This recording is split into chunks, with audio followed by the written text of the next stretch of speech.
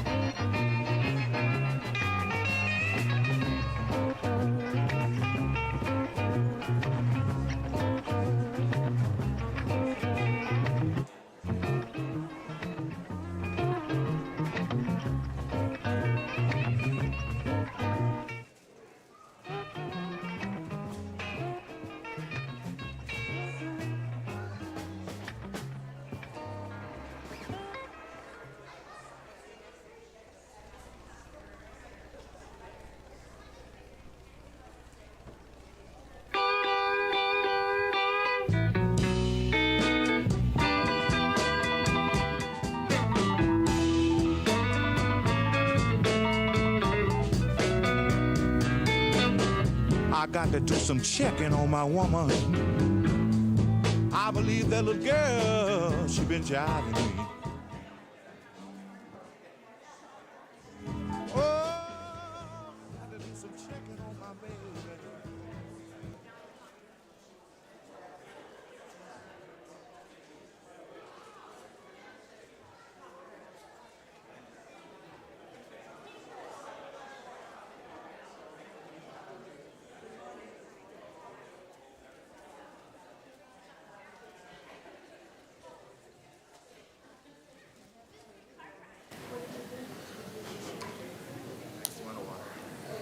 Thank you.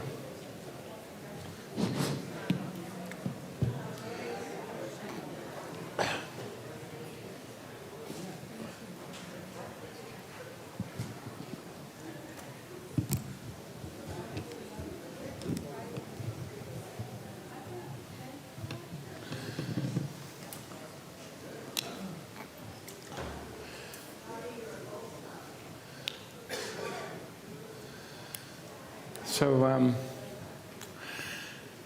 Kayla and I were looking around for George, going, oh God, where's George? How are we going to have this meeting? But George is here. So we can begin. Are we waiting for, what's that? You want to do the intro again and then I'll follow you? Yeah.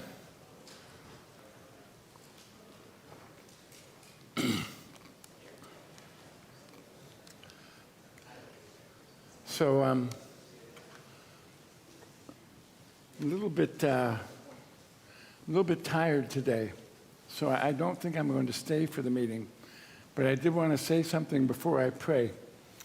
I've hesitated to be super enthusiastic about this project because I didn't want it to be the cowbell around the pastor's neck, like this is all Max's thing. Max wants to do this. Max is forcing us to do this. But I want you to know that what you just saw here this morning and what we're about to talk about, most churches are wondering how they're going to pay their pastor, or if they're going to have a musician, or if they're going to have a Sunday school, or how they're going to repair the roof. And when you listen to what Bruce has to say, we are inordinately blessed with resources to do this.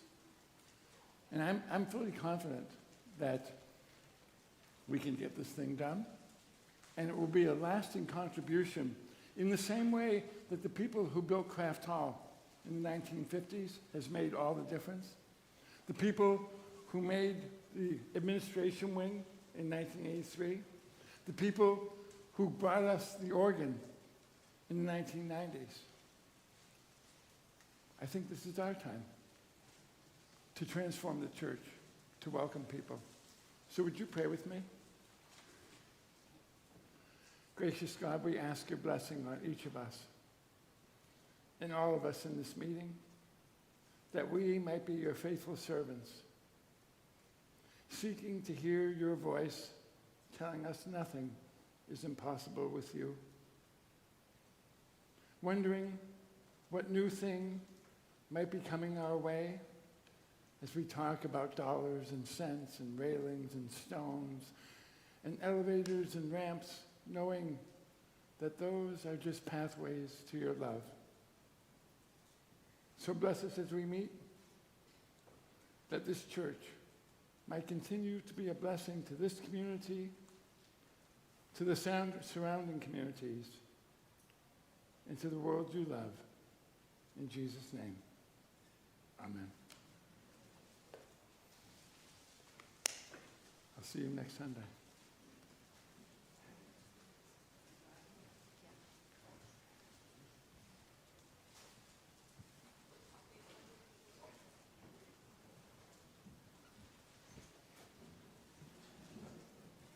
Hey, Jenna.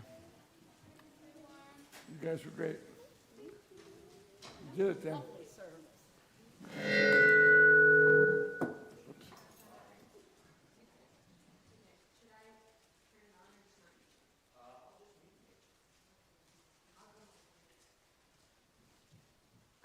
In the interest of protecting pastoral relationships, I just want to offer a preface. I'm the timekeeper, and it's nothing personal. I have 3 signs. Everyone, when we get to the comments time, will have 2 minutes to speak, just in the interest of hearing all the voices we can and keeping the meeting moving. Again, nothing personal. And I'll be keeping time on my phone, an objective timekeeping device, and I will give you a warning when you have 1 minute left, 30 seconds left, and when we would like you to please stop. And then I will ring a bell. And again, nothing personal. We picked the least offensive sound we could, which is Max's singing bowl. We thought it was the friendliest kind of gong we could find. So please forgive me.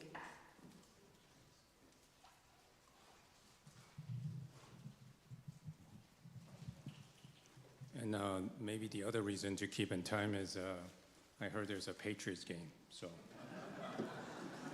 I know you guys want to get to that. So I thought that perhaps, did the Max leave? All right, so one thing we wanted to do was to kind of clarify what this whole initiative is about. So we put a deck of slides together, and we'd like to go over that to kind of remind everyone what this is about first. And then after that, Bruce is gonna join to kind of explain. You guys all heard from the last special meeting what the estimated amount's gonna be, and it's a daunting amount. And so he's gonna kind of go over what the Finance Committee has come up with for us to get to that goal. So Sebastian, if you don't mind, go to the first slide. So I hope you all could read this in the sense of when we are talking about accessibility, it's not just getting ramps for those special type of one class of folks that we talk about, elderlies and so forth. what we're trying to do here in accessibility is to be more open in a sense, to share the vision that you guys have heard over and over, God loves you no matter what, in sharing God's love. So we like to transform this place to be a more welcoming place. And so this is where the accessibility came in.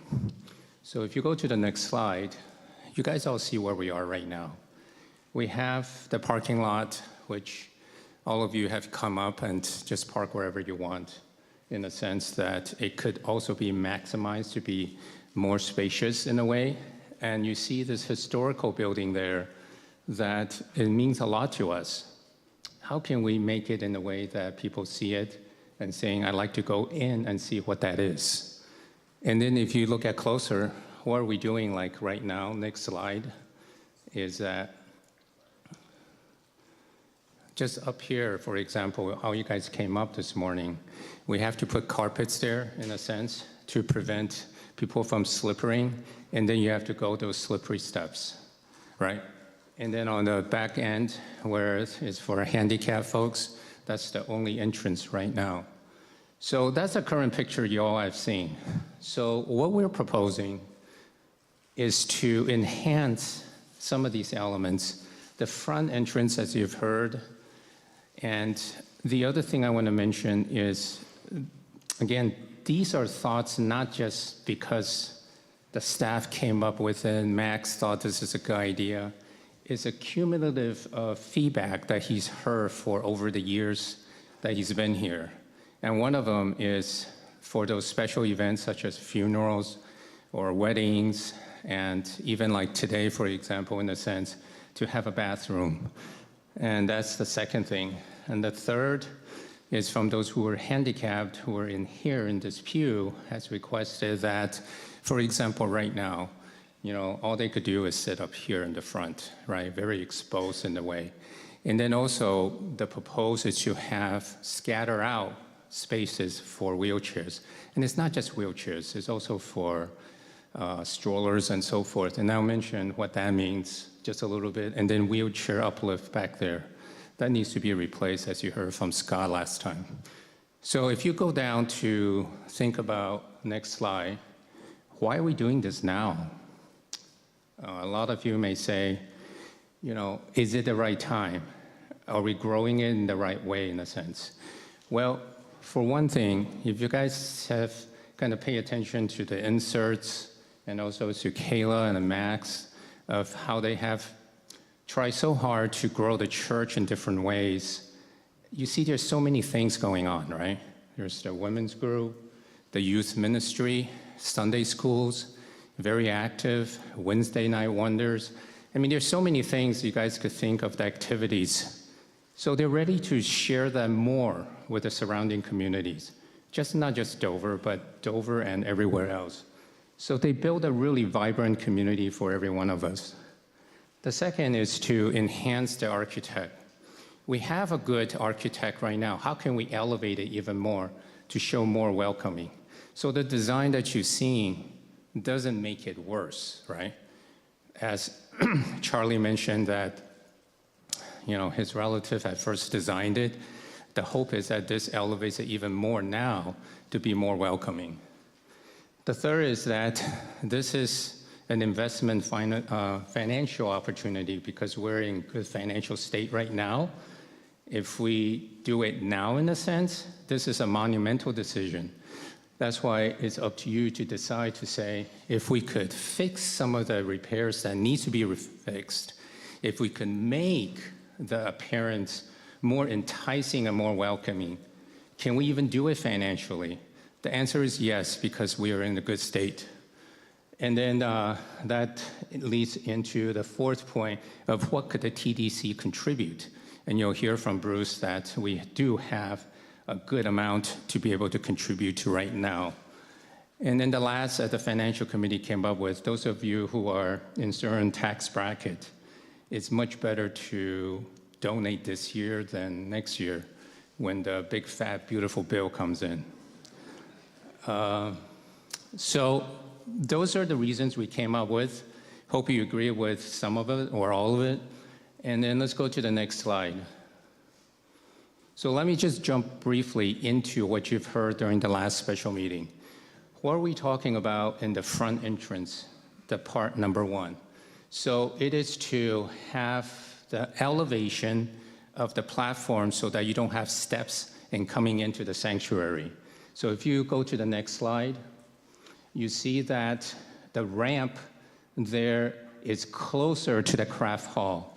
And that was designed that so when the handicap or mothers who comes down the ramp, they're able to go right to the craft hall instead on the other side. And then you go to the next slide from an aerial view, you see that it's hard to read, but the general gist of it is that there are 2 entrances now for the handicapped. And remember, the handicap is intergenerational. That's the hope, is to open up those who are handicapped to say we're all welcoming, right? And then for the mothers, they could go around the front to go to the ramp to come in, or they could go to the back again, as usual, as what we have right now. So this is the area view that you guys have seen, and the landscape has changed a bit to make it in a way that's more pleasing. And then the parking lot, it is there to have more spacing. One thing to keep in mind is that this design is the final preliminary. It's in a sense that needs to be refined even more with the architect. So if you have ideas and so forth, we will have those sessions for you to have your input, right? So this is a very rough, in a way, from the architect that we have commissioned. If you go to the next slide, this slide is for showing that the reason why we think a bathroom makes sense right now, in a sense. It's not just per se of convenience, right? You know, you might think that those who are coming to funerals, they drive a long way, they want to go to the bathroom, but they don't have time and they want to stay in here in the sanctuary. You might be nasty and say, why don't you just wear diapers? Well, you want to tell old people to wear diapers? Not nice, right? And so these are the examples, but for the mothers as well, right? For these other ones who are handicapped, I believe Kayla has a family who might want to speak up about why having a bathroom means so much more to the family. Should she come up?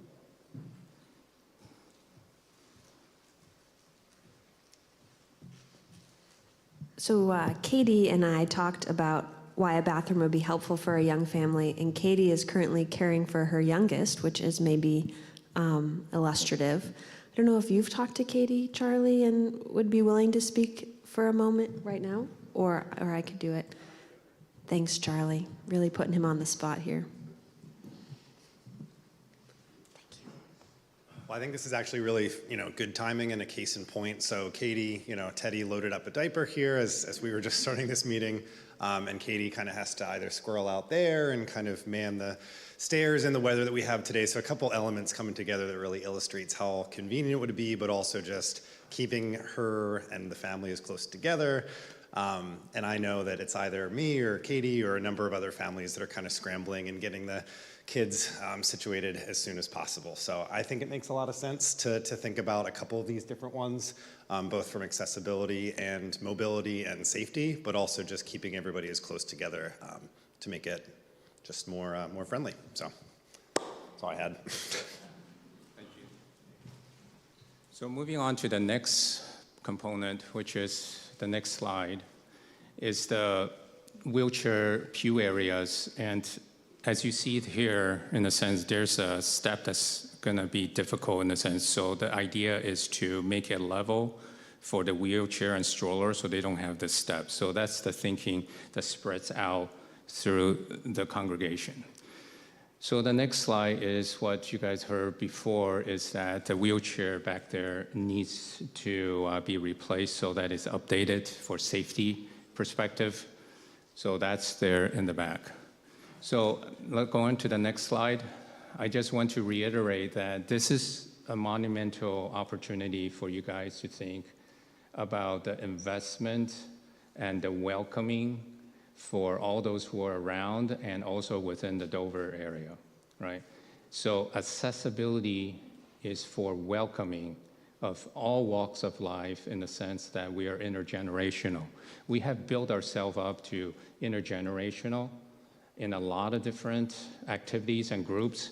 Now, having a physical investment is one way for us to be even more welcoming. So I would go to the next slide.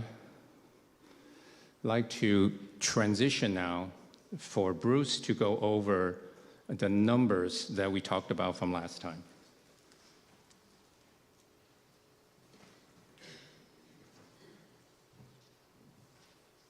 Sure, George gets to do the fun stuff, show how pretty it's going to be, and I got to talk to you about money.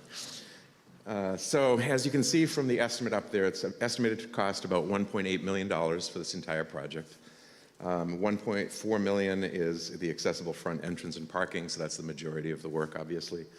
The restroom in the narthex is $300,000, accessibility in the pew area is roughly $50,000, and the wheelchair lift replacement is about $100,000.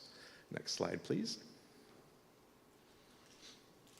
So the question that I'm here to answer is, how can we pay for this? So next slide, please. So this is the path that we have toward paying for it. So the $1.8 million goal, we think that we could do, the church, and I'll be talking in more detail about this, has between $500,000 and $700,000 in available funds to help pay for this. Grants, we think we could get between $100,000 and $300,000 from grant institutions. And the rest has to come from individual contributions, which would be $800,000 to $1.2 million. Next slide, please. So when I first saw that number, I thought, this is ridiculous. Like, we're a tiny little church. We can't possibly raise this money. And so I reached out to Leah Hoover, who is a former member of the Finance Committee and who has done professional fundraising her entire career. And I asked her if she could help me. And so she put together what's called a, next slide, please. At the top, a campaign. So this is called a fundraising pyramid. Generally, it is not shared with the public. This is something that is super secret, used by fundraisers, kept in the back room. But this is how they figure out if they can raise the money. And we decided, since we're a church, we should be open and show everything. So this is a fundraising chart that Leah is going to talk to us and explain exactly what it is. I'll put this up again after Leah speaks.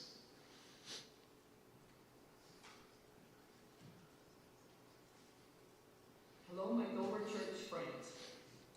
I'm ready to let you know that I've been working with Max, the Finance Committee, and grant writers about the accessibility campaign and really the how. My friends, I have been a 40-year career fundraiser at universities and nonprofits and research institutes, and I'm happy to share my knowledge and some of the industry standards with you to better explain this gift projection chart and the donor pyramid. Once again, my name is Leah Hoover, and I'm a member of the church, have been since sometime during COVID, maybe 2021. And I no longer live in the area, but I'm happy to share my knowledge and my expertise with you. So I heard on the meeting, the session which I attended on via video, October 26th, that there was a lot of concerns about how. The why and the what, others have explained and will explain. I'm going to help you with the how. So you'll see from this accessibility improvement campaign projected gift range chart that I have projected a $500,000 as the top gift. Then you can see the number of gifts that we'll need throughout the gift level range from $500,000 to $1,000. All gifts are important. They all matter. We do have to put it onto a chart so we can reasonably make a plan for how we will do this. So here it is, the structure piece. Number of gifts that we need at each level, number of prospects we'll need to ask, and usually it's a 2 to 3 to 1 ratio. The size of the average gift at that level, projected dollars from each level, cumulative dollars, the percentage of each goal, and then I call them the tier, just how you want to talk about them, or maybe label them. And you can see all the way up, all the way down, it comes to 1.8 million. And I believe this chart really makes it seem more doable. You can see on paper or on screen how we'll all go about reaching our $1.8 million goal. We need about 79 to 80 gifts. We'll need about 250 prospects. So, we have about 300 people that give in stewardship every year. We're off to a good start. Over to the right-hand side, you'll see that I have listed how I feel we and you can raise them, from what pools, from what sources. So the $500,000, we'll talk about this, but Bruce and I spoke, and Max and a few people, and they'll explain this further, but gifts from the endowment and from the church fund. So there's almost a third right there. And then grants, we can do 100,000 in grants, and we have some ideas, the state, the Peabody, the Sacred Places, and some more. And then we'll ask individuals. We already have one gift of 100,000 and two at 50,000 already pledged. We're well on our way, folks. And then you, Max, the cabinet, actually not Max so much, but Bruce, George, the cabinet, everyone will be asked, and everyone can make some asks. And we will reach our goal of 1.8. This is the how. You can see the charts. I'm available for questions after this or next week, and we can schedule it. Bruce knows this chart as well. You can see we've hit the best practices industry standard, approximately 80-20 rule. That's over on the far column of what's that, about row 6 or 7. 80% of the gifts, of the dollars, come from about 20% of the people or of the funders. That's an industry standard that's been for years and years, not just universities or hospitals. That's been going on all through time. We can make half a dozen asks to people and get like 750,000, get 3/4 of our gifts easy from the top 5 to 10 people. And then we get gifts from other donors, stewardship level gifts, $10,000, $25,000 level gifts. And we get those gifts by leveraging the larger gifts. Once again, my name's Leah Hoover, and I'm happy to be on your committee and to have explained this gift chart to you. And I hope this has helped you to understand some of the how the Dover Church will get to your goal. Take care. Bye for now. Thank you, Leah. If you're watching, that was really appreciated. I want you to know I had a meeting with she and David Marr, who's about to speak, and we talked about doing a video. We originally were going to have her live stream in, and it was just so complicated, so I asked her if she'd do a video. Literally, we hung up the phone from our meeting, and 5 minutes later, I had the video in my inbox, so really, really appreciate that. So this is the gift chart that she was talking about. You can see that orange highlighted cell on the right-hand side.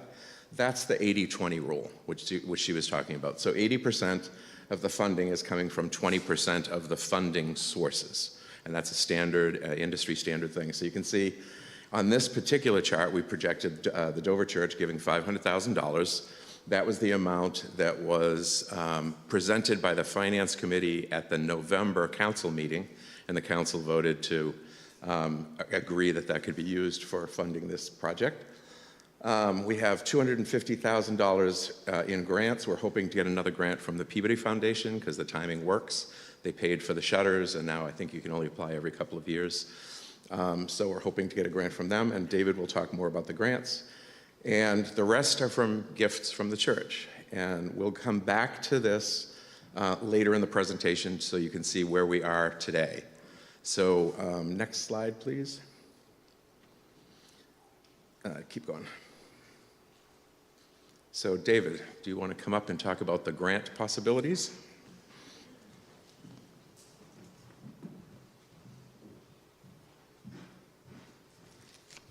Thank Thanks, Bruce. Thanks, everybody. It's really been awesome getting to know Leah, by the way, who left the church before I came. So that's been a great little blessing to have that angel up in Toronto. I just wanted to talk quickly about the grant portion of that funding spreadsheet, that pyramid that was up there, because the grants we are counting on as one of those major elements of the full financial package.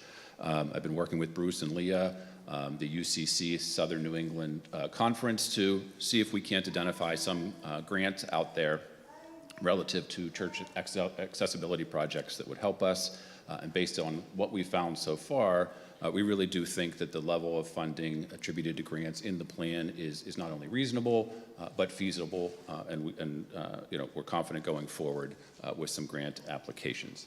If you don't mind the next slide. So just sort of briefly take the mystery out of what we're doing with these grants. It's an external source that's out there. We've taken some time to first define our project in terms of critical elements to grant entities, which is sort of typically who are we? First, are we eligible, and we the type of entity that the funder wants to give money to? The project is itself. Is it the type of project they fund, and is the impact? Will the project have the impact on the community in a way that the funding source hopes their funds will be used? And then on the far right, again, we're always trying to make sure that we're looking for grants where the mission of the grantor, their vision, the folks, again, they want to help, the amounts that they give, the timing, that our project aligns with what they want to do. It's really a lot of research on alignment, and that helps us focus sort of our search on who we're looking for and who we might think is a good grant entity. As you've heard before, Amelia Peabody Charitable Fund, National Fund for Sacred Places, Massachusetts, this is the State Historic Preservation Fund, plus some other small grants. This really constitutes the sort of the pool of grants that we're looking at this point, that we think, again, a lot of words up there, I apologize, but essentially these are the ones that appear to be aligning with our project, with our goals, and that would be a funding source that would help us hit that dollar amount that Leah mentioned.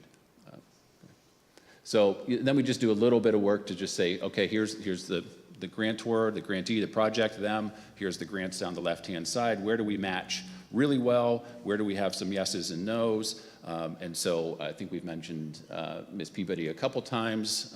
The National Fund for Sacred Places is really fascinating, but it's a really big grant.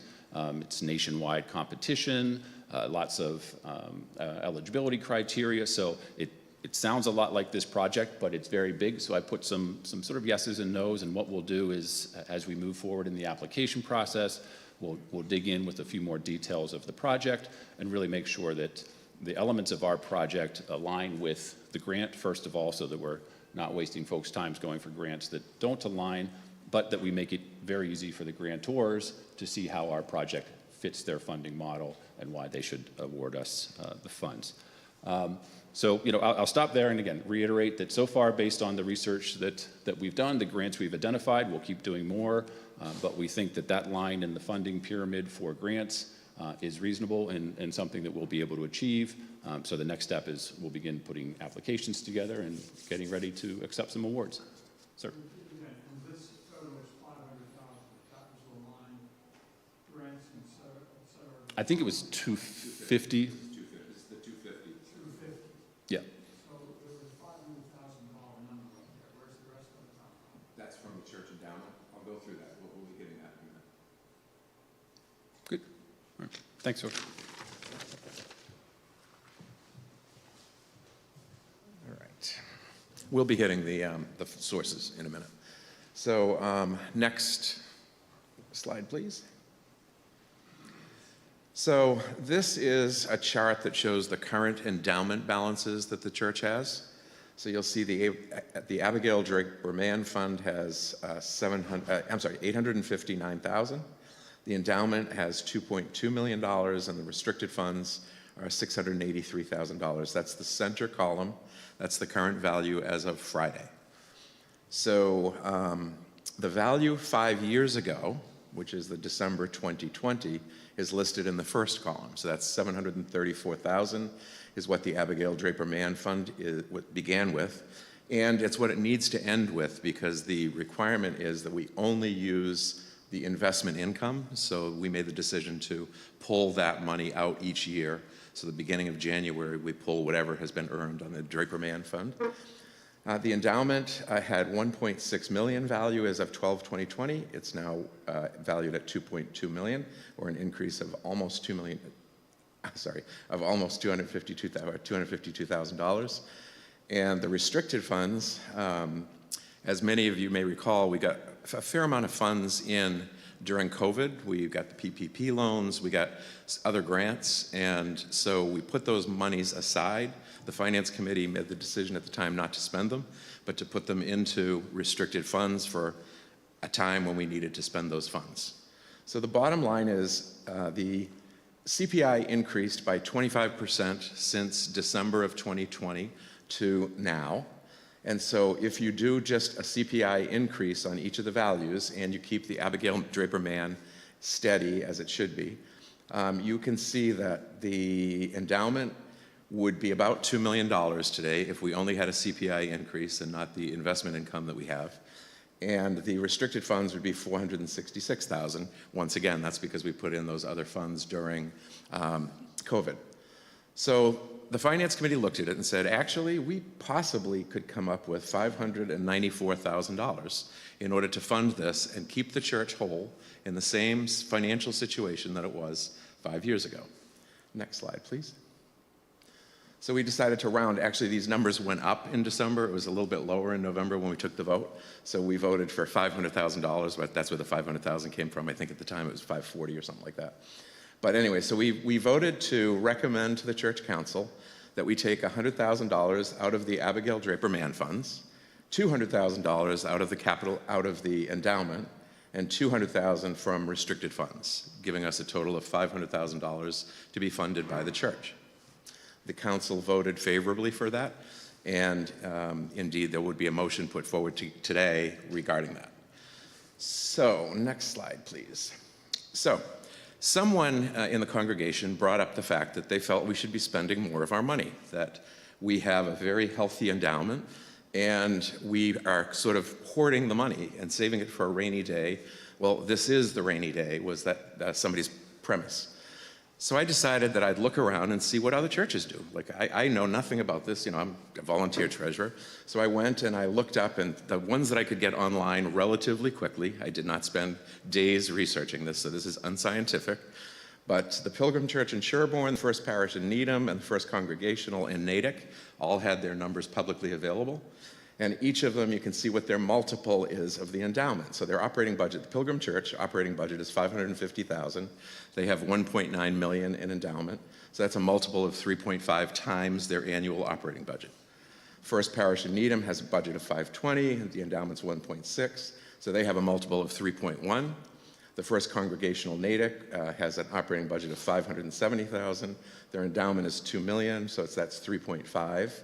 Another church that I actually could get their operating budget was the Medfield UCC, and they, unfortunately, their operating budget has gone down by $100,000 a year the last 2 years, and they did not publish their amount of their endowment, so I have no idea how much of their endowment they've been using to just operate the church. So currently at the Dover Church, our annual operating budget is about $700,000.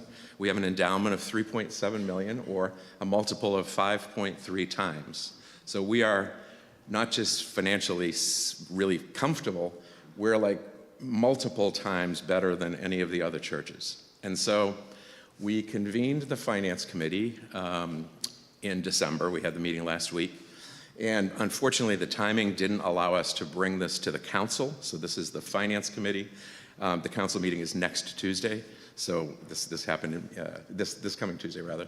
So it hasn't been recommended by the council, but we decided to put this forth anyway because the Finance Committee took a real hard look at the numbers, and we feel, next slide please, that we're very responsible with the $500,000 inaccessible, which is the next to the last line, but we feel that we could still be very responsible if we invested $700,000 of the church's funds. So that would be that would still leave us with a 4.3 multiple, which is still a very healthy multiple and much better than the other local churches. So back to, this is another version of Leah's chart, and hopefully it's a little bit easier to see. This is the $500,000 premise. So this assumes that the church gives $500,000. So 200 would come out of the endowment, 100 Draper Mann, 200 from the restricted. Grants and foundation gifts would be 250, and then individual contributors would be just over $1 million, $1,050,000. So if you look on the far right-hand side, we already have commitments for what you see on the far right side. We've got the $500,000 committed by the church council, which needs a vote to be finalized. We have one individual contributor has pledged $100,000. We have 2 people that have pledged $50,000. One person that's pledged $20,000 and one that's pledged $5,000. And this is before we went public, and we've really come to you to ask for money. So this is a really good sign that people really believe in this project and are willing to put their money where their mouth is. And my job is to hope that some of you will feel the same way. Next slide.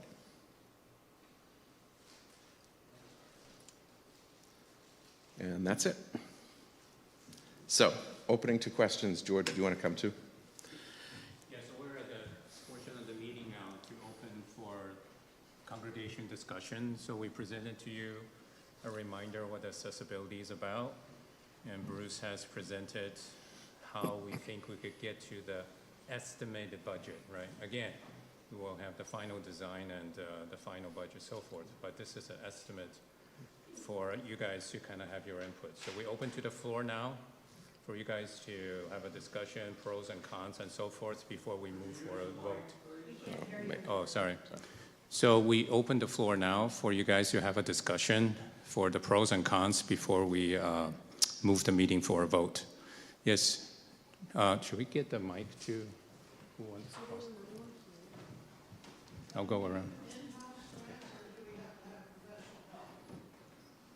I'll go around, and then, okay. Remember, 2 minutes per person, please. That's muted. There's a button you flip up. Wasn't you muting it?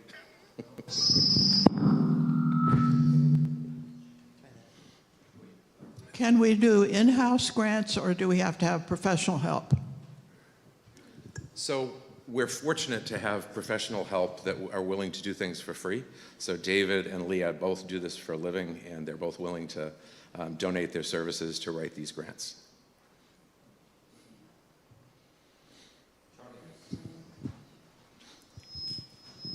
Question, George, is this our final vote on this project?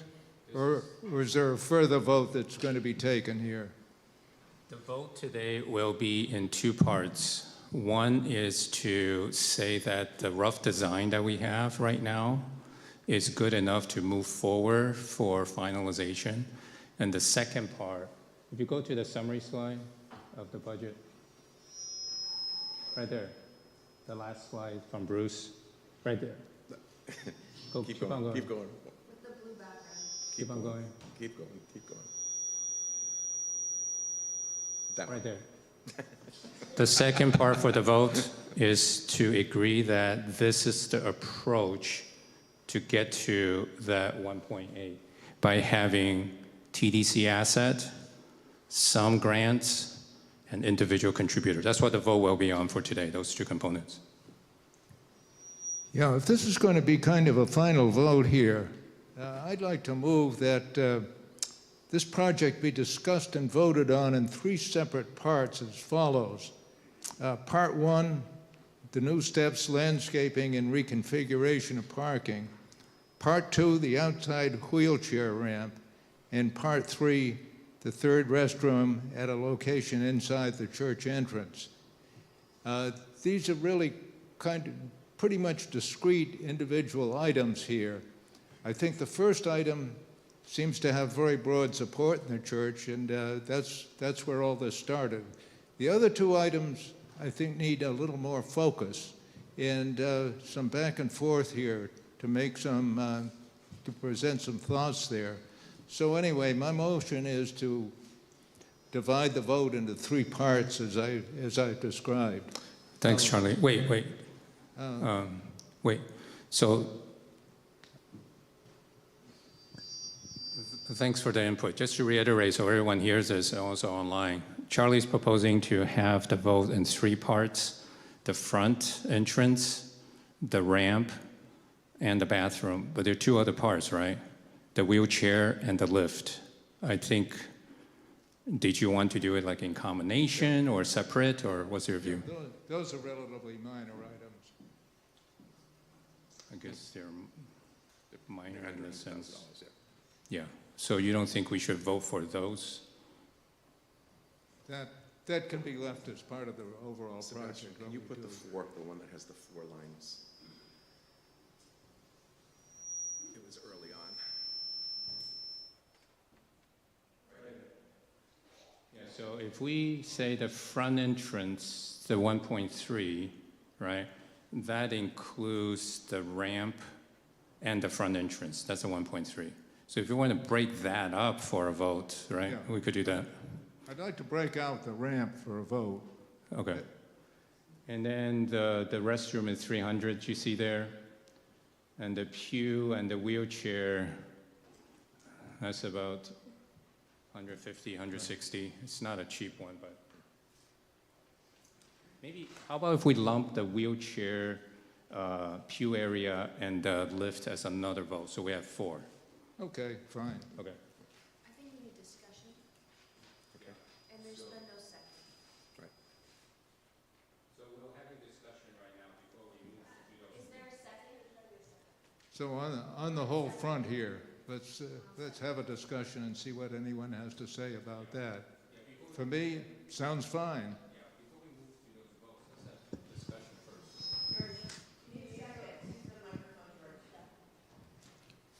Use the microphone. Can you reiterate what we're discussing? Right. So before we move the meeting to the votes of the 4 items, and then we'll ask for a second, we need to have some discussion before we move that. So the first component of voting is just the front entrance, elevating the steps so that you come in directly to the congregation without walking up. Number 2 would be the ramp that's proposed on the right side for the wheelchair.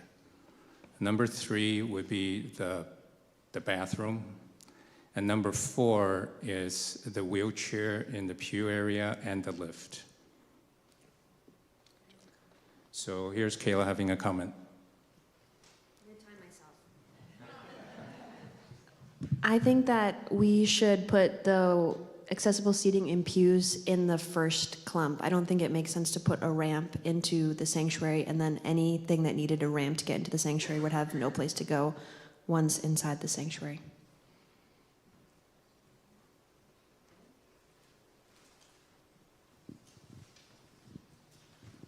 So my first comment is with the outside, and I think that Tom Leeds had some good suggestions of what we can do. And I'll just represent what I'll call the tweeners right now. Those are for people who are not as able-bodied to walk upstairs, but not needing a ramp to get in with a wheelchair. And on any given Sunday, there's a number of people that could use a hand to come up. And Tom Leeds had a suggestion where we have steps coming from the parking lot where they don't have to go around the front and then walk up double the amount of steps to get into the church. So I just throw that out there. But the main point would be that with the closing off of the staircase going upstairs, that presents a safety issue, okay? So now, right now, my observations are people who go up on one side, go up one set of stairs, and other people go on the other side of stairs. If you have a medical emergency up there, and by the way, I was a EMT in Dover up until I left in 2007, that takes extra time to get up to that area. But 2 weeks ago when I was ushering, I couldn't believe it, that space that goes between one side to the other has a beam that comes right down, and you can't physically get somebody out of, extricate somebody out of having a medical emergency. 24-inch width. You can't get them out on a longboard. You'd have to basically put them over the top of the railing and put that person down to get them out. That all requires time. 1 minute from a person's stroke, that's 2 million brain cells that get canceled out.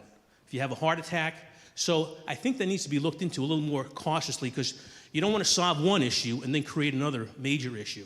And I'm not sure if anybody, I've been up there a number of times, but I didn't realize that beam was right there until 2 weeks ago. I really paid attention to it and then measured it. It was basically 24 inches. So I think a little more thought needs to go into that. Because I don't think if you close it off, the code says you can close it off, but I don't think the building inspectors know you have an obstruction in the transverse between the two areas there. So it needs to be looked at.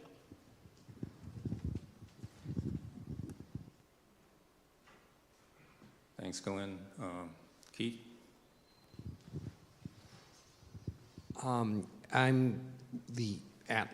one of the at-large members on the church council, so I, in some respects, speak for the congregation, but I'm speaking for myself here. I was former chair of the trustees when we had trustees and not a finance committee, and know how hard we worked to build the endowment, and I am comfortable using some of the endowment to do this. I'm candidly not comfortable authorizing more than $500,000 from the church assets. I just want to point out a couple of things. One is we have a $3.7 million, but lots of that is restricted, most notably the Abigail Draper Mann Foundation Fund, which is over $700,000. And that money is not ours. We only get the income off of it. We can't ever touch that money, so it moves it down more like to $3 million. Second is the stock market has been up substantially in the last couple of years, so our endowment is a little bit high, which is great, and we can afford to do things.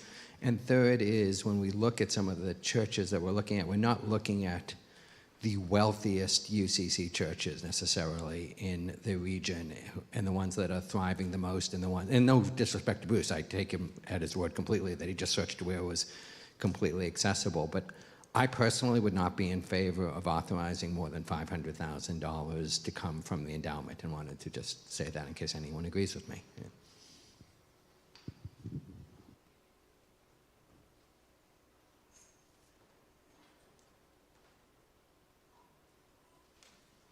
I would actually like to make just one comment. This might be a particularly vulnerable time in our church to be engaging in a capital campaign. How might this capital campaign be affected by our need to have an interim pastor?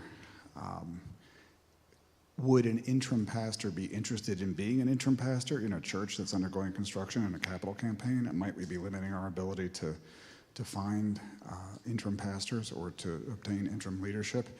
I mean, it's an unfortunate confluence of events, but I think we have to consider how all of these things are happening at the same time.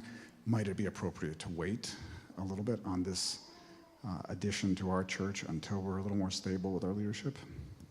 Yeah, that's a very valid point, Tom. So the thought behind that was how much of this initiative of opening the church up has to tie with our senior pastor, Max, in the leadership position, if we kind of reiterate your point. So that point was actually discussed a lot within the staff and also with Max. I'll start, and maybe Kayla could jump in, is that the way that Pastor Max felt of his situation right now, and you're absolutely right, it could be viewed as a vulnerable position because he's not around to kind of say things in a way that he perceives. On the other hand, his honest feeling about this, as far as I understand it, is this is very independent of what he's going through right now. He feels that where we are as a church, as a congregation, is at a vital place to really start growing. Now, to your question about not having a senior pastor, how do we go about that? So between the staff and Kayla in stepping up, in a sense, because Max is not going to be 100% out of communication. So between Kayla understanding what it means for the church to be more open, and also with the council to back up the staff, like the moderators and the finance, to assign a committee. We will assign a committee with someone to lead a project. So it's not Max who's managing the project. It's a group of the committee members who's gonna initiate the final design. Is it better to have things here or there? And with Bruce's support in terms of the finance, and with like Keith's comment of how much we should spend from the endowment, all those are in motion. So we don't need Senior Pastor Max to dictate either way.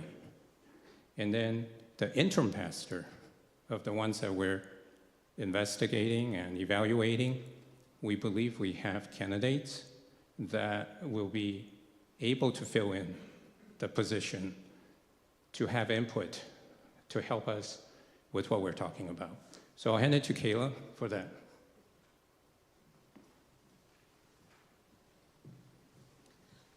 I think it's a good question. It would be naive to say we would have gotten to this point without Max's leadership, because he has been a big driver, and this was a vision that he had a long, long time ago and helped a lot of us into.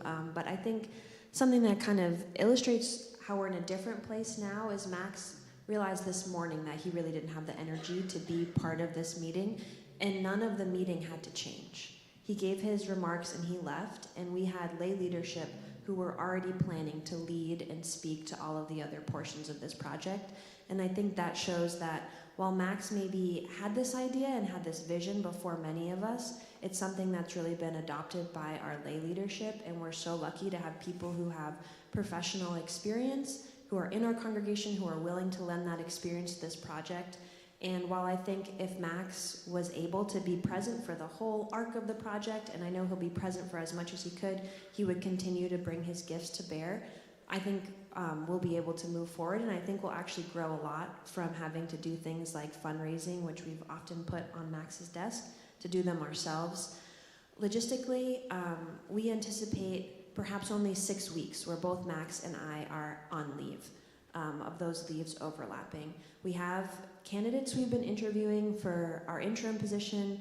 Our top candidate right now is fully aware of this project and thinks it's exciting, so isn't intimidated by it. I think is aware that it's our lay leadership who will really continue driving the bus. Does that answer my question? I just simply want to give my support to every aspect of this. The topology of this building is very similar to our own house, and the way we did a renovation recently and changed the steps to be strangely similar. I mean, I do live right around the corner, so that's maybe part of it. But so I love the design of the steps, especially. I love the brick. It's a lot less likely to slip on the brick. I love the bathroom aspect with young kids. They're now potty trained, thank God, but before they were, it was always a sort of a crisis drama. How's this gonna work out? The funding part, I believe we can do it. So that's all I wanted to say.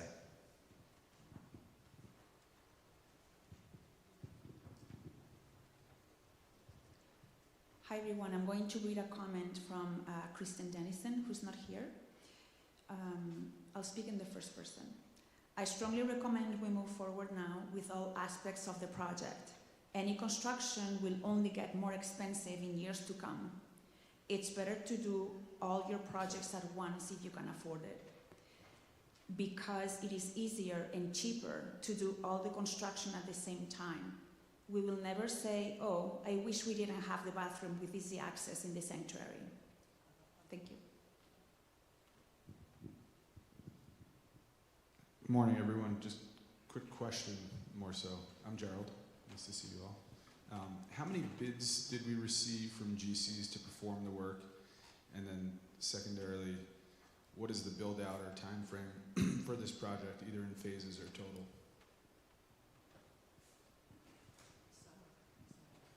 So we've received no bids to do the work yet. This is the preliminary phase where we have not approved the project going forward. Once we approve the project, then the real work begins, getting quotes for all the different elements and getting exact. These are architectural estimates, And there are lots of contingencies built in, and I believe the full contingency is almost 30%. So. Understood. So fair to say that these numbers may change plus minus? I mean, the architect felt comfortable that between what their estimates were, that it was a realistic estimate. We've looked at the numbers and they do seem conservative. I mean, $1.3 million is a lot of money to do the front. And so that, but we're doing it right. We're putting granite and we're doing things, and we believe that it's correct. None of us are construction experts, however, so that will be the next phase. The original intent of today's vote was just to vote moving forward with the project with the financing that we've recommended. I just want to make a point to Charlie's point. To separate the bathroom could probably be the worst thing we would have to do, because what you're recommending is to regrade, rebuild the front and a path to Craft Hall. And if the bathroom isn't done and we decide to do it 3 years later, you're going to have to dig that all up in order to get to the septic system.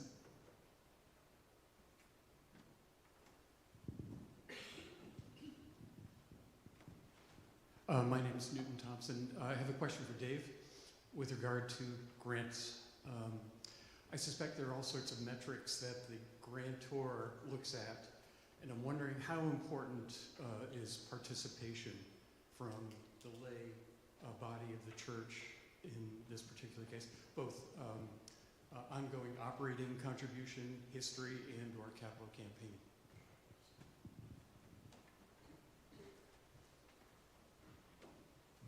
Thanks. Off the top of my head, two of them reference that as a criteria.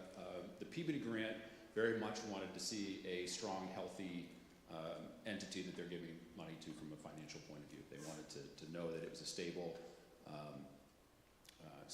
grantee, and that their money wouldn't be going essentially out the window if they gave it to somebody who then couldn't support the project and couldn't sustain the project on their own. The grant for Sacred Places, they were looking for match. So the Peabody grant doesn't, but match is essentially whatever they give us, we dedicate that same amount to the project. So you sort of segregate your funding in there. So that was their way of making sure that from a financial point of view, we were sort of meeting the mail and had the funds that they saw. Does that answer? Yes. Thanks. Hi, I just had a couple of comments and a question. First of all, the plan is beautiful, and thank you to everyone who put in so much work and thought and effort into this. And it's hard when you then come to a room with a lot of people with a lot of ideas, so thank you.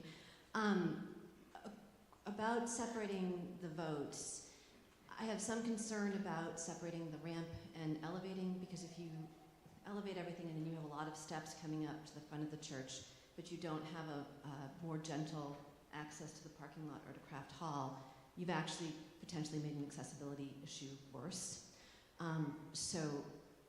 Glenn mentioned, someone had mentioned having another way up from the parking lot or something. I'm not sure that raising everything up, you're not actually cutting off access in some other ways. So I just wanted to throw that out there. Also, my question is, what happens if we do not raise all of the money? Are these items being prioritized? I'd like it to be clear that what is being funded, if we don't reach the goal, we know where we're stopping, and not that just we're going to take more from the endowment. And then finally, I did want to just point out, while our number of people who give to stewardship is more close to 300, our giving units for stewardship are actually lower. So it's more like, I haven't done stewardship in a couple of years, so I don't know where it is now, but I'm guessing somewhere in the 135 to 150 range of units that give. So I'm a little concerned about the numbers and how many people you have to ask for what you get. But the project is beautiful, thank you.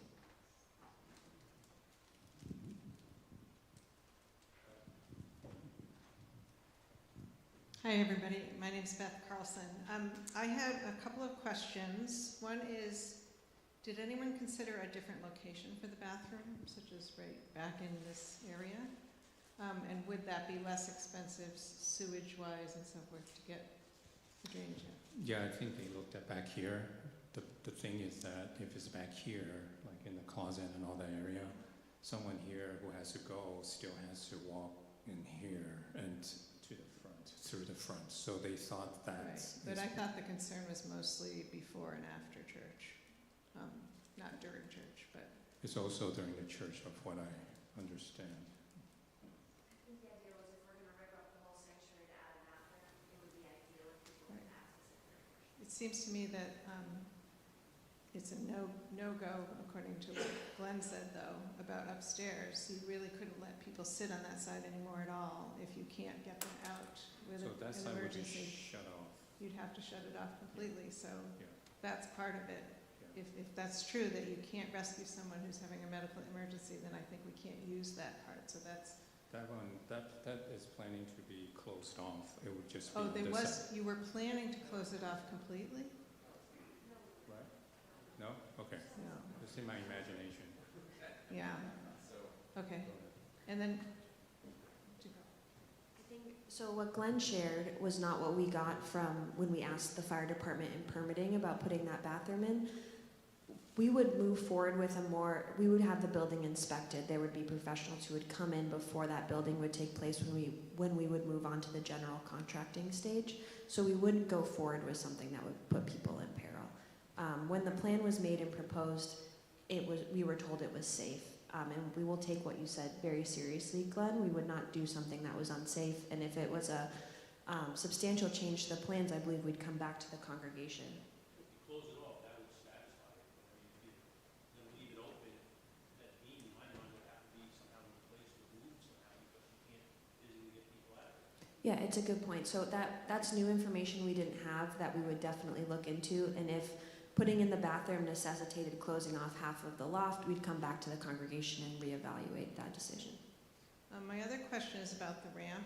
Were other types of ramps considered or other types of accessibility solutions, such as an outdoor elevator? Yeah, that was also discussed of outdoor elevator. We went back to the architect and then discussed that point instead of a ramp. The thinking is that the weather in this area, to have an elevator in a sense, it may be more maintenance. Just think how much maintenance we're doing for the inside one right now, as Scott knows in a sense. So that was discussed there, but again, the final design so far was not finalized in the sense that it would be ruled out. Pricing-wise, would it be less expensive than a ramp? It wouldn't be less expensive according to the architect. We didn't believe it would be less expensive initially, or with the nursery school was not excited about having an elevator proximate to the school, and we were worried about frozen rain, wet leaf buildup, that it could create other hazards and be difficult to operate. Yeah, the director was concerned about that with the kids around, so about the elevator. They break it in two weeks. Again, as was said earlier, thank you very much for all the work that's been done. I have two questions, and these are probably fairly minor, but there are things that have been brought up by other members of the congregation. One is, have we looked at any liability concerns on the ramp? I think all of us have been aware of kids that might have a skateboard. They're running down the ramp, especially when church is not in. We have the whole nursery school there, the kids running around. So I think it's something that we would need to look at having some kind of a closure on the ramp when we are not in having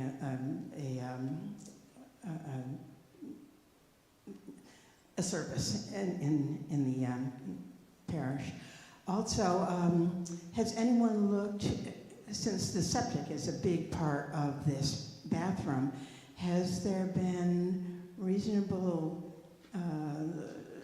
investigation of a composting toilet that would eliminate some of that? And many, many countries have them, and they're quite efficient. Regarding, Bob Pettit, everybody knows me. Regarding the water source and the sewage from the bathroom, it's no longer going to go out front. It's going to go under the church, under the admin building. and there's a water source in that part of the building, and the sewage would go out towards the playground. So that's not an issue anymore as far as expense. We talked about composing, and I think you can put a composer system pump in the line. The waste line itself will decompose it on the way to the holding tank. It's out by the playground.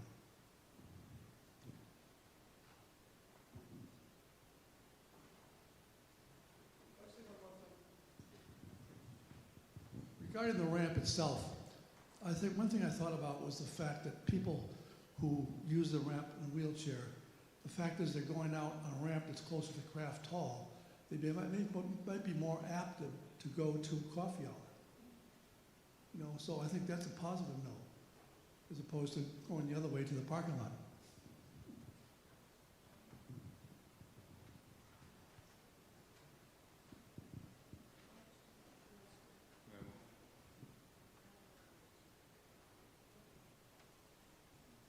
Hi, I'm going to read a comment from Rain Yuritam.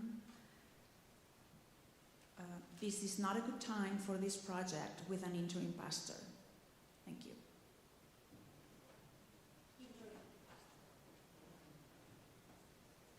I have an emailed comment from Ham, who picked up a nasty cold and cannot be in the meeting. And then I'll read in the first person. Could I ask one of you to be my proxy vote in favor for the project? Unfortunately, our polity does not allow for proxy votes, but thank you, Ham. I am also willing to make an additional financial contribution in support of the project. Feel free to share my strong support for this project in whatever terms you see fit. I am very much in favor of moving forward with this and appreciate all the hard work and vision behind getting this proposal in front of the congregation. I am sorry I cannot be there in person to say so. All right, I think we had motion for the discussions. Charlie, okay, Charlie, you have something else? And Katie?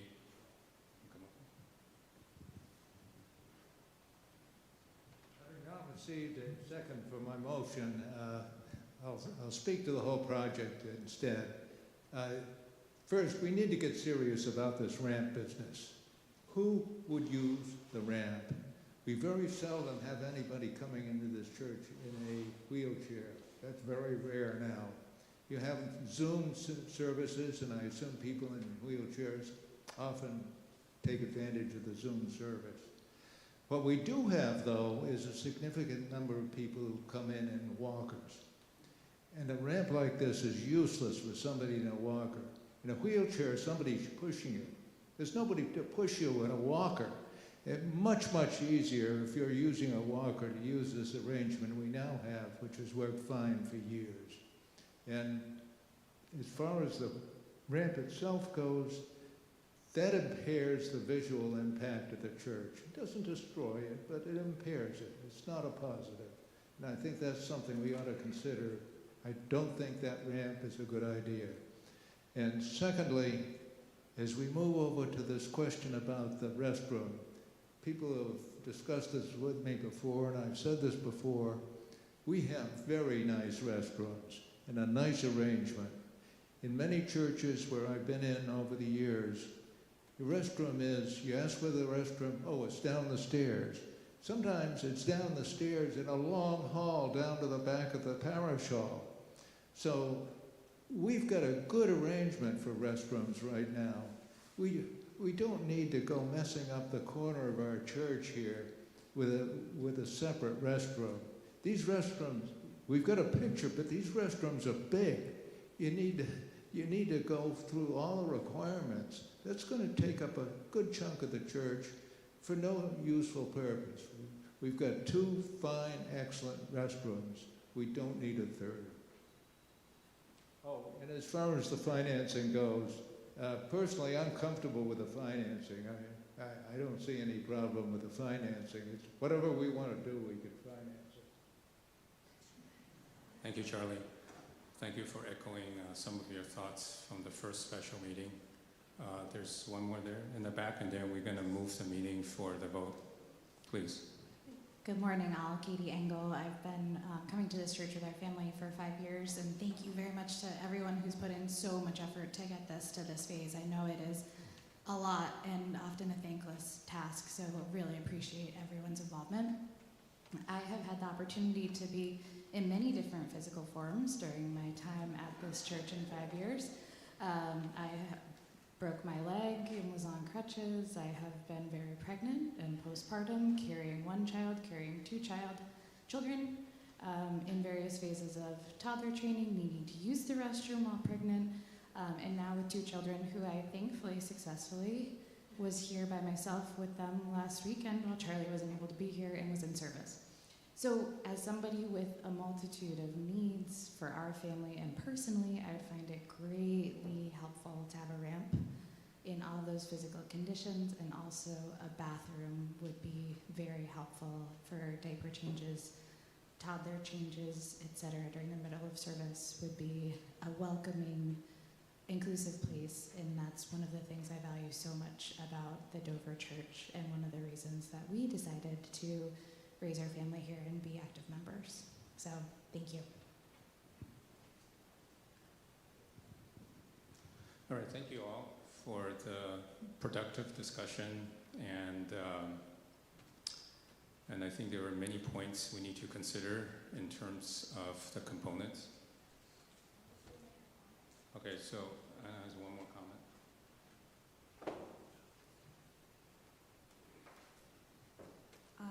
Reading a comment from Kristen Dennison. I will speak to who will use the ramp. My mother was unable to come to see me play the bells because she was in a wheelchair and she could not have a place to sit because the bells were in the front. Thank you. All right, so the first motion, I'd like to move that we have the 4 components that Charlie has suggested. Okay, so I'd like to move the meeting to a vote for having the initiative in breaking up to the 4 components. Who seconds that?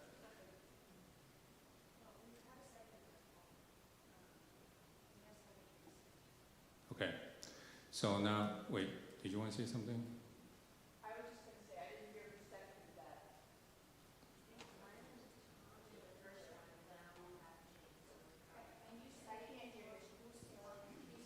Glenn seconded. Glenn seconded.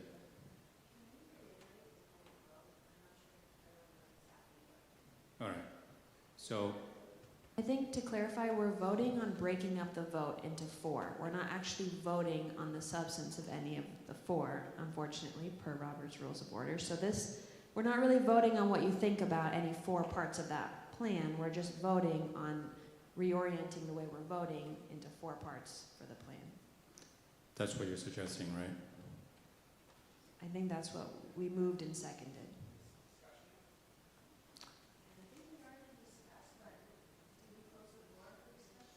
We didn't close the floor, but I was just reiterating of that point. Keith, did you want to say something?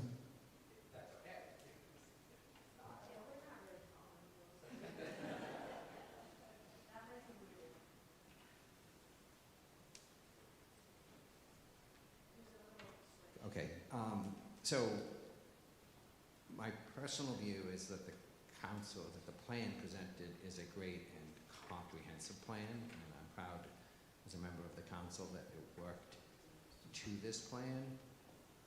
I personally think that the plan deserves a vote, that your church council, working in conjunction with the finance committee, worked hard to come up with a plan that was great. I think it should be clear that if whatever is approved will be, either that will be done subject to finalization with the architect, or we'll be back in front of the congregation for an altered plan, whether it's because of budget or logistics or building code or anything else. But I think I would suggest that the congregation, as a matter of respect, should vote first, or vote for the plan that has been worked on for over a year. And then if that is not approved, then deciding whether there are components that people want is something that should come up at another meeting. So I would urge a vote no on voting for these in segments. It's a motion properly in front of us, but I would urge voting no and voting on the plan as presented.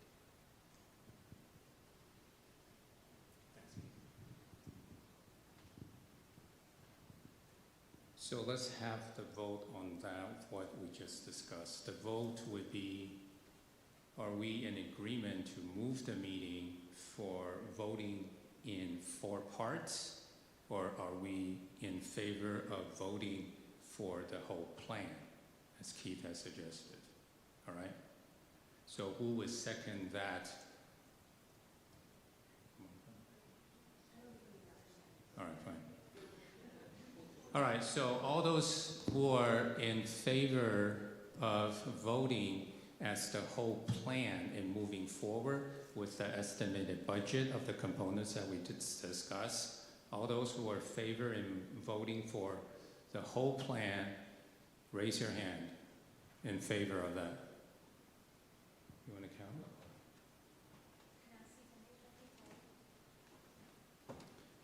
Thanks for helping us. We went divide up and count this side.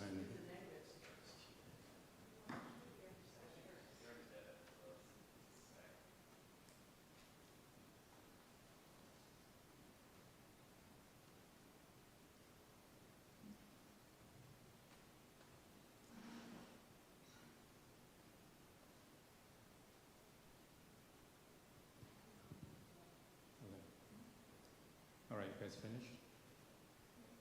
You finished? There's guys, someone up there too. You guys finished? Okay. All those of you, thank you for your hands. All those of you who vote against and voting for the whole plan, please raise your hand. Into the 4, thanks.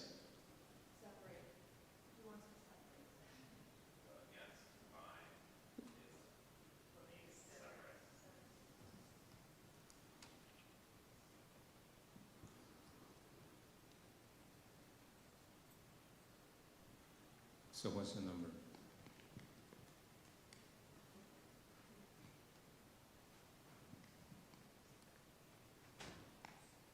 One person voted for 4 parts, 3 and 4.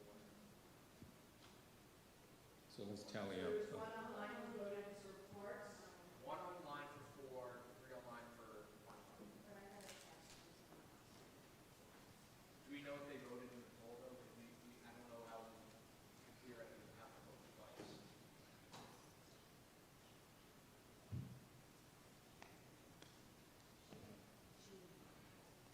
Okay, so can we have the final number? What's the final number in voting for as the whole, one plan? I'm going to speak up here.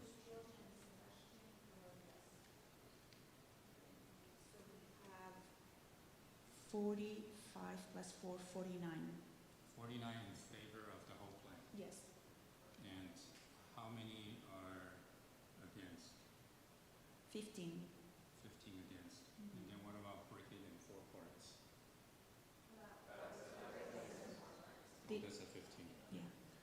So because the majority is in favor of voting forward into the whole as a plan, now I'd like to move that for us to vote for what we discussed. The preliminary design will finalize whether the ramp is safe, the bathroom is safe, and all these other components, as well as the budget that we're talking about. Second.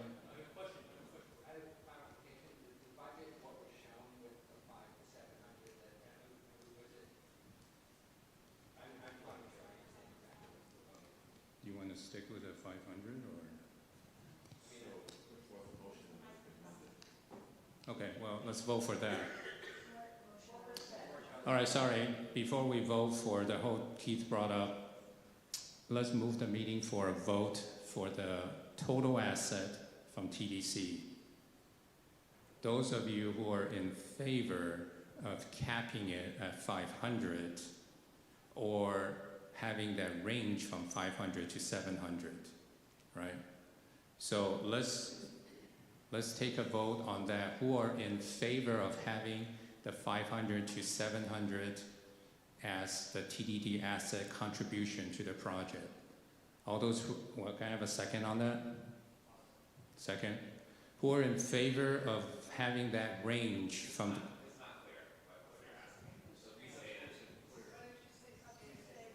want to say it because she's a finance person? Okay, let me try. So the motion is to approve the church spending $500,000 to $700,000 of its funds on this project should we raise the additional funds required to move forward. Anybody? It's not appropriate for me to move it since I'm the treasurer. Okay, so moved. What's that? Do we have a second? We do. Cap at 500. Is there any discussion now that we have a second? Can we state this in either or fashion? I feel like it's just hard to understand practically. Alternative versus full voting. Okay. So a clear statement of voting for 500 cap was 500 to 700, yes, no. Okay. So the vote, I think, was for 5 to 7, and that was a yes or a no. Then we would do the 5. But we can we do both in one? So I think we need to have You what? Yeah, I know. can't read it. Right. Right. Council's recommendation was 5 to 7. Isn't that what? So the council recommended 5. The finance committee recommended 5 to 7 because we haven't been able to get in front of the council yet. The council meeting is this Tuesday. This meeting was Sunday. So the finance committee recommended an additional amount that has not been recommended by the council. Perhaps in the interest of simplicity, we move forward with one proposal to vote, understanding it's 5 to 700, and if people need to amend that motion during discussion to be down to 5, they can propose that amendment. Okay. Does that make sense? So we voted to move forward. We just voted to move forward on voting on the proposal that Church Council and Finance Committee put forward. And as it was presented, it has a range of $500,000 to $700,000 that we would pull from our assets. And if we were to go above that, we would have to come back to the congregation for approval. I think it might be simpler to move forward in discussing and voting on that. And if somebody feels moved, called in that discussion to propose an amendment to bring it back down to 500 or some other number, that would be the avenue to make that change. Does that make sense? So the floor is open for discussion. We've already had a second on the proposal that Church Council and Finance put forward.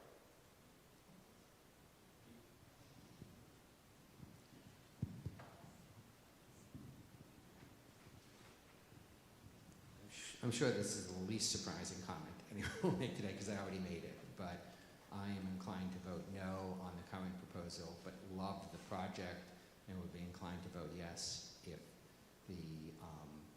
if the church's commitment from its current assets was reduced to $500,000. So I will make a motion for that amendment. So there's been a motion to amend the motion from 500,000 to 700,000 of church's assets to $500,000. And we have a second. Discussion?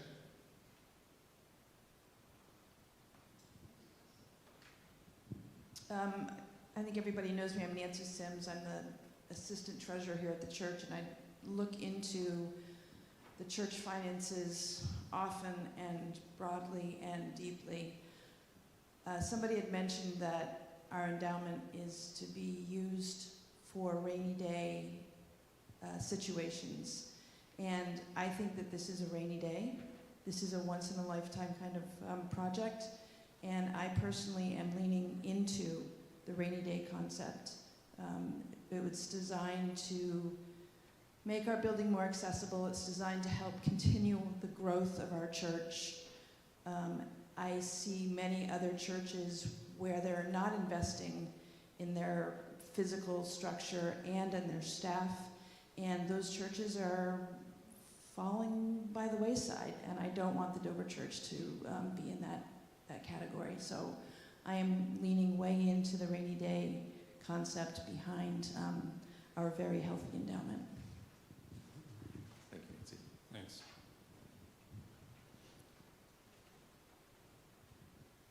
Yeah, Glenn Jensen, and I was a treasurer for the church about 6 years, so familiar with the endowment. And normally with endowments, you draw down in percentages of what you want to draw down rather than hard dollar amounts.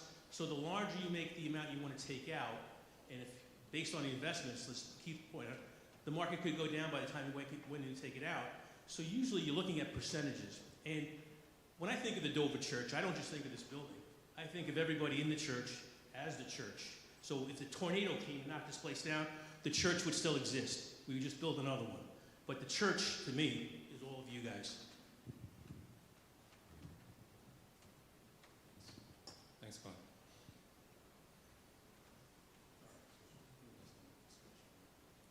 Okay, any additional discussion on the motion amendment to reduce the amount from $500,000 to $700,000 to a flat $500,000?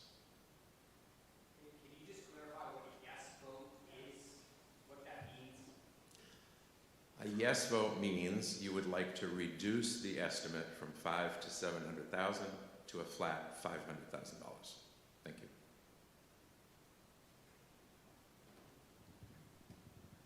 Linda, can you text our friends and tell them we're going to be late to the game?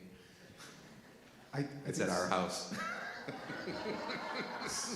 Some of the confusion here, I think, is that we need a vote to say, do we approve removing the money from the endowment, yes or no, and then deciding on the amount. The way I hear it being presented right now is decide on an amount, and then maybe decide on another amount, but the implicit is that we're going to take the money out anyway. Are we voting on whether or not to tap the endowment, yes or no, or has that decision already been made? We're voting right now on how much the endowment could be tapped, if anything. So if the amendment motion goes through, the original motion would be a motion to agree that the church would put $500,000 toward this project out of the endowment. So that would be a yes or no vote. Then there'd be a vote that still be no, taking it out. There is no vote yet. Okay, so is everyone clear on what we're voting on? Right now you're voting on, do you want to amend the amount that we're putting forward from $500,000 to $700,000 to $500,000? That's the vote. So what? I think it was moved. Yeah, it was moved. Yeah, right. It's a good thing one of us knows Robert's rules. Okay, so can we have a vote, please? Who is in favor of using who is in favor of capping the amount that we're going to use at $500,000?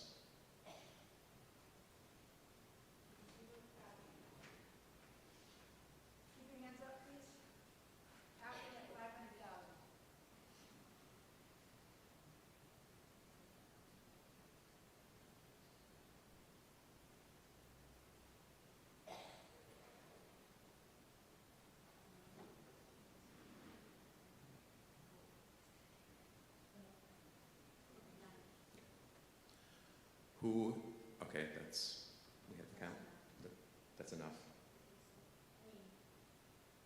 To change it? That's not enough to amend it. You need a majority to amend it.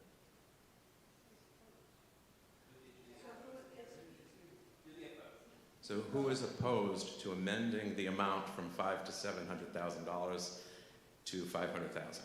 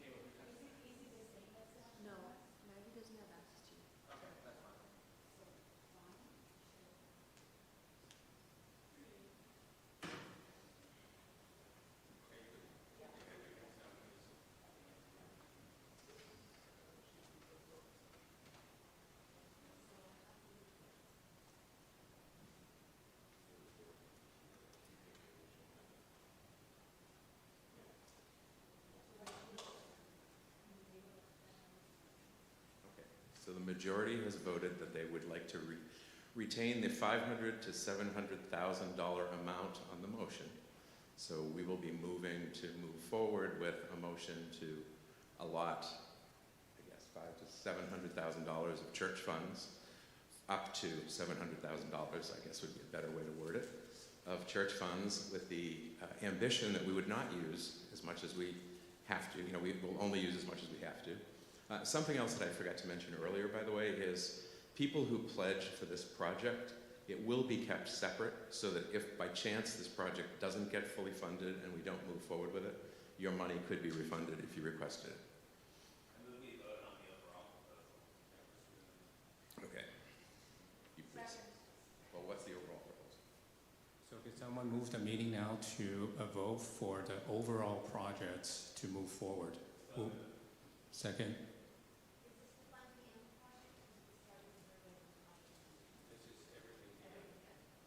This is the design and what you just voted on in the capital. No, it's not the design. There is still going to be input on the design if we need to make changes. This is a preliminary drawing, and so we may change the layout, taking people's comments into consideration. So it is not engraved in stone, so you're not voting for everything exactly as is, but you are voting, the ramp is probably going to happen because there's no other alternative to that. But keep in mind, the vote is for the design to be finalized in a way that addresses the issues and concerns that you have. Okay. Keith, is there any way you'd consider stating what the motion is, since you do it so well? Thank you.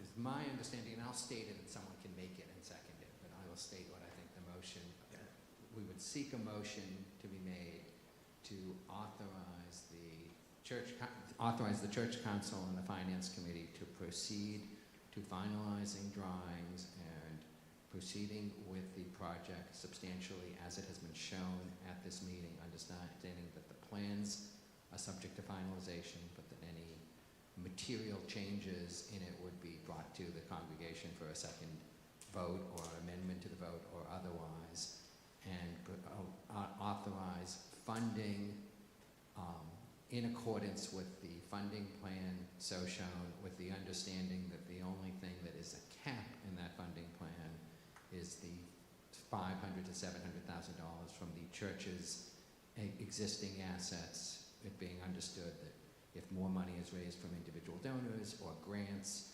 or otherwise, that money can be used to reduce the amount that the church's existing assets would be used. Is there a motion in favor of that? So would somebody like to move the motion that Keith just stated? Thank you, Beth. And a second. Thank you. Drew, thank you. Okay, so all in favor of the motion that was just presented to you by Keith?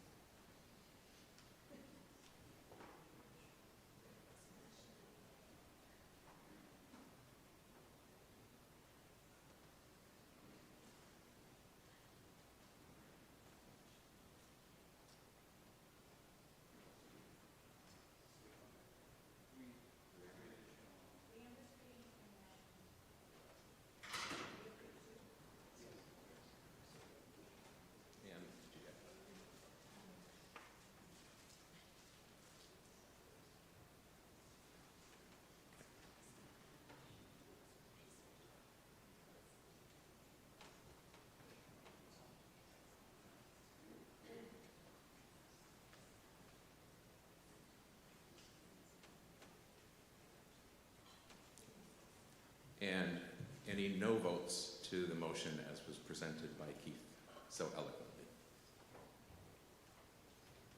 It has passed. Thank you so much.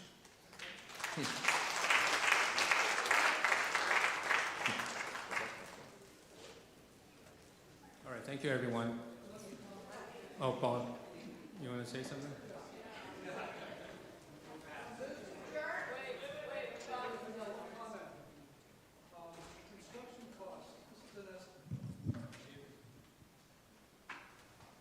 And you get into a project, the cost can increase because of things they didn't anticipate.